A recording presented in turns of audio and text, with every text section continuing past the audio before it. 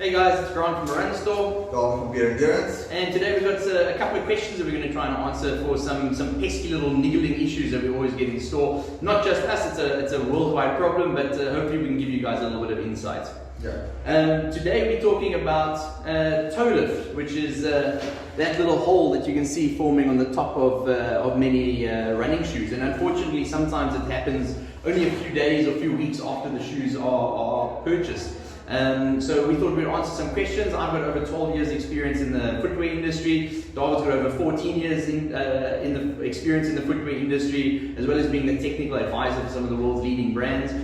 So what do you experience generally causes that little issue? Look, if you look at genuine customers coming in with toe lift, it's normally, let's call it more mature, older customers. It's never youngsters. What I found over the years is obviously as your biomechanics change over years, muscles become tighter, ligaments and tendons become tighter, your gait cycle slightly changes, and then people start lifting their toes slightly more than normal. So what happens normally in your gait cycle is once you put your heel down, your toes curl up. That's a normal phenomenon.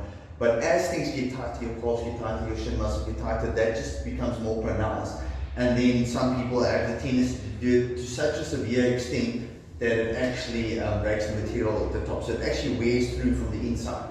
100%. I mean, we have exactly the same thing. So obviously that arch, you've got something called the wingless mechanism, and as that age degrades, that when you get poor function of the wingless mechanism, and 100% generally older clients, there are a handful of biomechanical issues that could cause it to occur in your younger athlete as well, but traditionally it's your middle to elder age sort of person. And I mean, obviously a lot of people ask why aren't those areas reinforced? And we generally say it's breathability, and sometimes if your toe touches the top and you have a stitch panel, it actually causes irritation there as well. Yeah. And also, like this, for instance, they've tried to kind of reinforce that area, but then your body's quite smart. So if something touches and irritates, your body's got a tendency to compensate for that. So your big toe might just actually be moving slightly off it, or sliding slightly off the ridge, off that panel, and it actually just breaks right next to the panel. Yeah, 100%. So generally, toe lift, there are some exercises that you can do to try and rehabilitate it. Again, getting a tennis ball or a spiky ball under the plantar fascia, making sure you're massaging those calves as well, just to try and get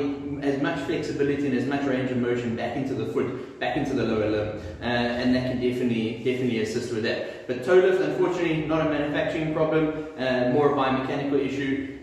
Keep looking out. We've got a couple of other videos with some more tips on some other little issues that we pick up in store on a regular basis. Yeah, 100%. Awesome. Thanks. Thanks, guys.